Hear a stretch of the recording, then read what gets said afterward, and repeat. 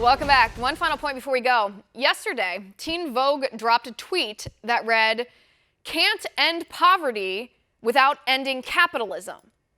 The article linked in that tweet pushed socialism. Surprise, surprise. So what did I do when I saw this stupid tweet? Well, I visited Teen Vogue's website, and this is what I saw. An article about Netflix, another article about the Victoria's Secret fashion show, and another article about the flu shot. And I thought to myself, well, those are products and innovations.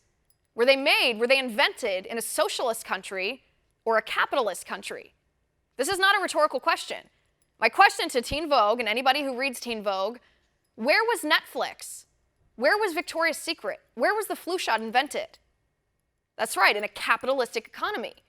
Without the incentive to make money, people don't invent things, because why would they?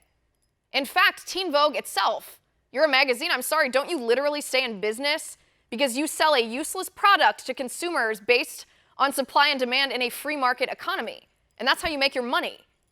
That's called capitalism. So let me tell you about socialism, which is what you're trying to push. When you're hungry, do you want to get takeout from Uber Eats? Or do you want to stand and wait in line for 3 hours for one loaf of bread? When you're sick, do you want to call your 24-hour pharmacy and pick up the antibiotics at the CVS 1 block away from your house and pay maybe $20 for it? Or do you want your infection to get so bad that you have to go to the hospital?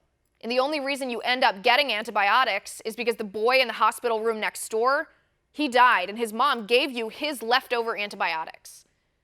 When you're on social media, invented by capitalism, by the way, do you want to post that selfie on Instagram with your Feel the Burn sticker or your Make America Great Again hat?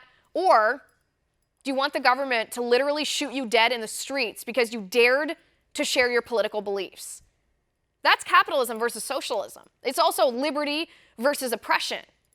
So let's talk about poverty. In the year 1820, that's just 200 years ago, 94% of the world's population lived in poverty. By 2011, that's 191 years later, only 17% of the world's population lived in poverty. So you got to ask yourself, well, what changed between 1820 and 2011? The Industrial Revolution and the onset of global trade, free trade, also known as capitalism. Let's look at the numbers. Thanks in part to the capacity to trade freely in capitalistic countries like the United States of America, from 2001 to 2011, nearly 700 million people around the world exited poverty. On the other hand, in the 20th century, as 700 million people exited poverty thanks to capitalism, over 100 million people worldwide were killed as a result of communism and socialism. You know what that means as well as I do. Capitalistic free market economies lifted more people out of poverty in the 20th century than any other economic system in the history of the world. So if you truly want to end poverty, then you should celebrate capitalism. And that's my final point. You can reach me on Twitter at Liz_Wheeler. If you liked the show, please send me an email at oann.com/contact. In the meantime, catch us here tomorrow after the Trump rally. And until then, have a good night.